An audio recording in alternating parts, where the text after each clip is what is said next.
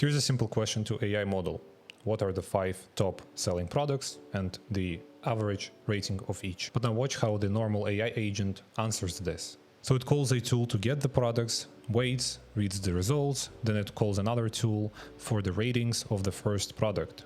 Then it again waits, reads, then the second product, waits, then the third one. But here's the thing is that every single one of those calls is a round trip. A lot of people don't realize how the actual tool calling works in AI models. The model isn't picking up where it left off each time. The API is stateless. So on every single hop, on every single iteration, it sends the whole conversation back to the model. All the system prompt, all the previous tool results, all the definition, etc.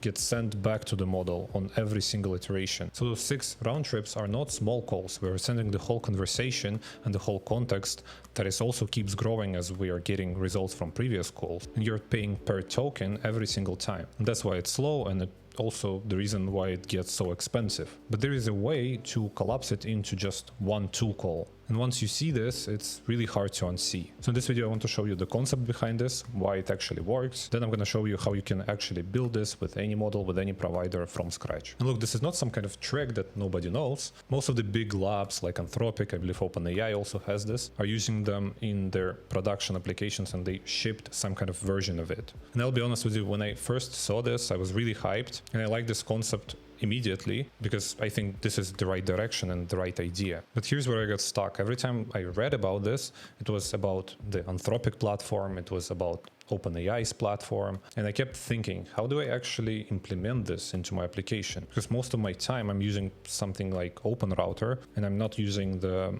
providers like Anthropic or OpenAI directly. So how do I use this pattern with any model, with any provider, with any sandbox, with my own stack? And you can actually build this yourself. It just wasn't really clear how.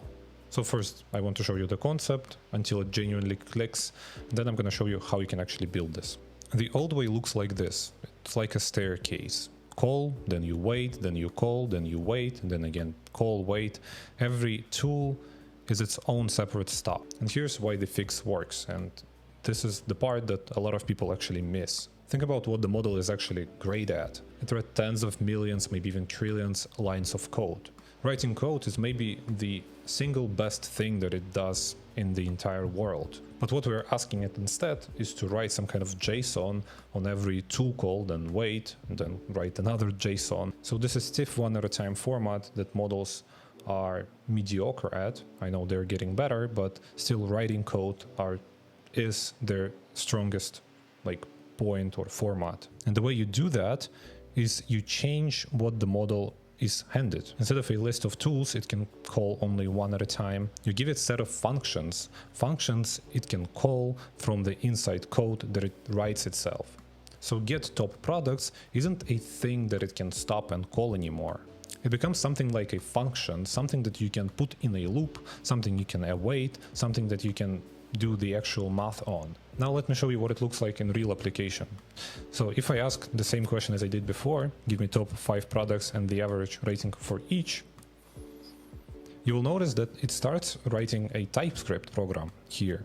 So it has a tool, instead of having all those tools as JSON that it calls and we are executing them, it writes a TypeScript.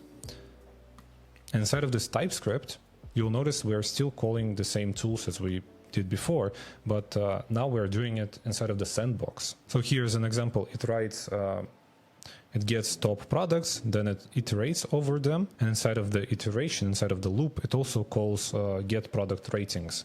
So it also gets the products rating for each, and then returns back the results to the model, and model answers us. And here's the thing, it's not only fast, it also costs almost 2 times less.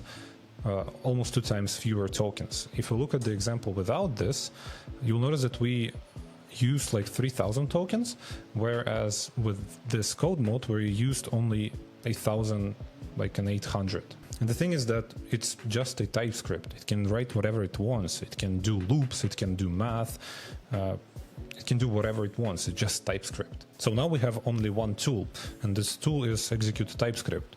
And of course, it still needs to know about our external tools for our to get products and etc. But we're declaring them in system prompt as functions. And for this, we're going to use Mastra. Mastra is an AI orchestration framework for building agents, frameworks, and anything that you could possibly want in your AI application. It just handles everything, and you don't need to worry about it.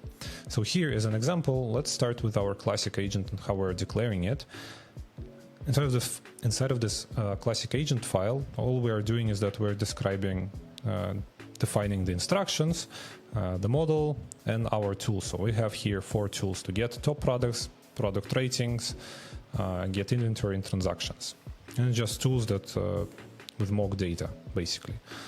And we're just declaring it, and to call it from the front end, we are using, again, just AI SDK and use chat hook, and inside of our route or route, API route, we are using handle chat stream, and on the front end, we are just using AI SDK and use chat hook. That's basically it. And you might be thinking, maybe we need to do much more to implement that.